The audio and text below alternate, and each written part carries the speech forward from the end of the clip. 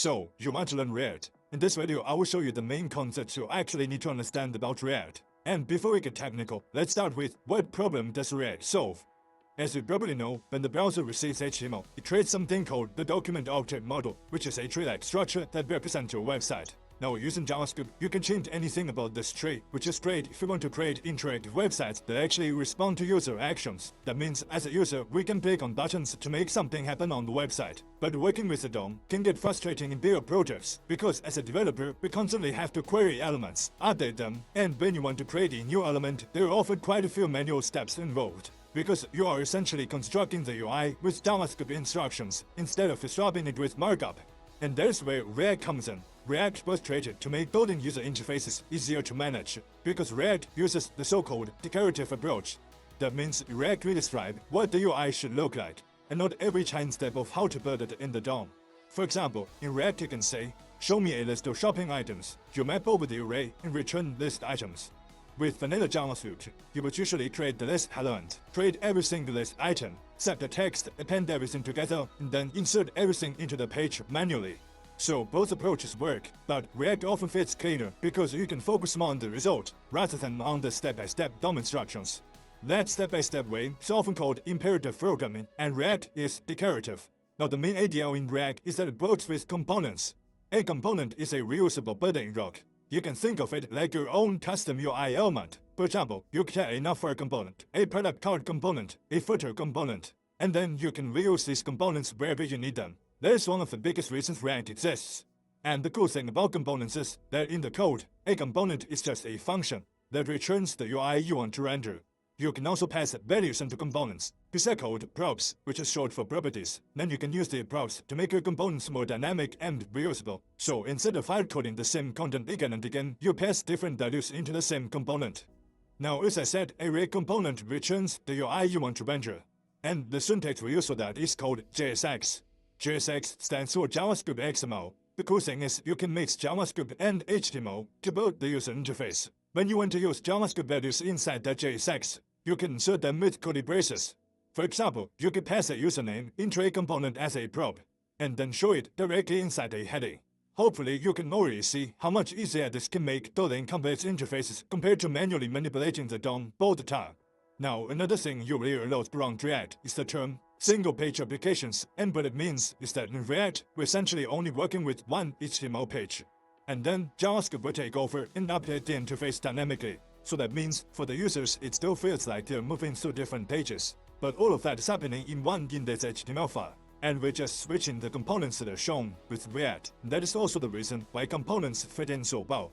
Because we can change parts of the user interface. We can update them and re-render without rebuilding the entire page. So when we're switching from side to side on a multi-page website, we're only changing the parts of the UI that actually need to change, which makes everything much faster.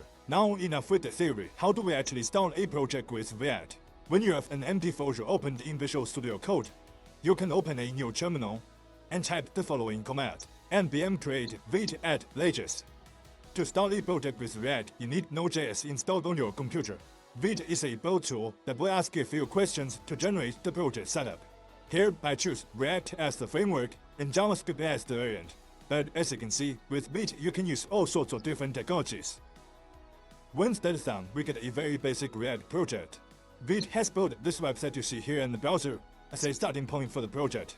Now in your code, you can see that a lot of folders and files have been generated. One thing you will notice right away is that there's only one main HTML file. If we go inside, you can see that there's a single root element on that page.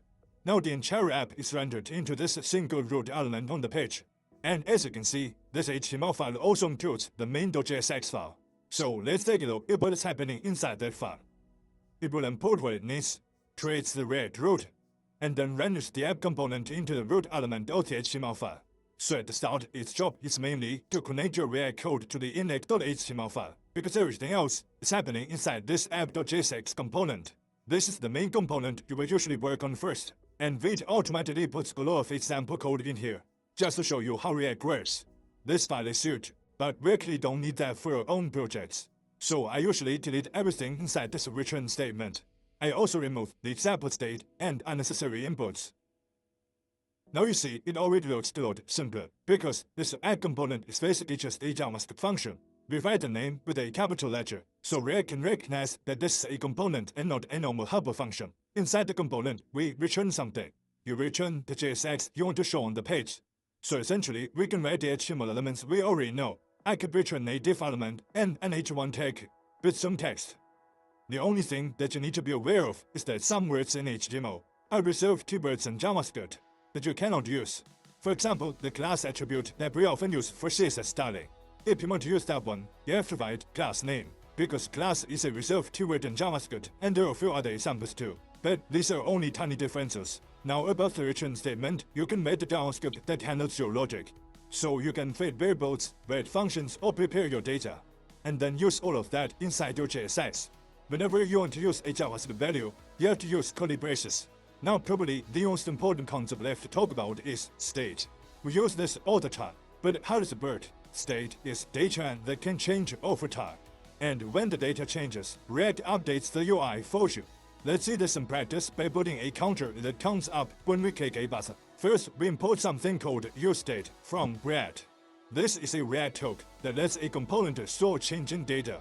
Then inside the app component, we write counter and setCounter equals useState. So this means this function gives us two things.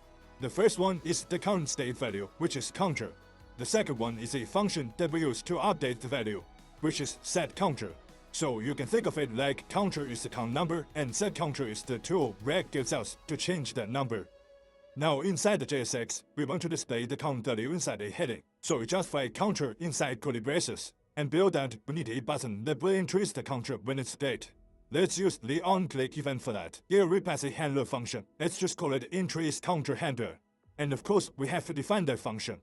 What should happen when we press the button? We want to update the state. And in vanilla JavaScript, you would probably say something like counter++, and then manually update the h1 heading.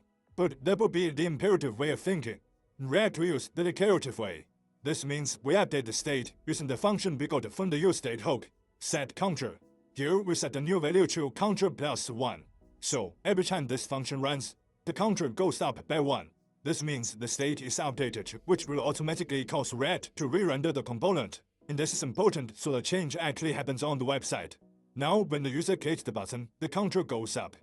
Now if we look at this line of code again, you can see that we're using something called array destructuring. This is actually not a React concept. It is plain JavaScript, which also shows something very important. If you want to get good at React, you need a solid JavaScript foundation first. Luckily, I already made a video for exactly that. So click here to learn 8 JavaScript concepts you should know before React. My name is Fabian and this was Coding to Go.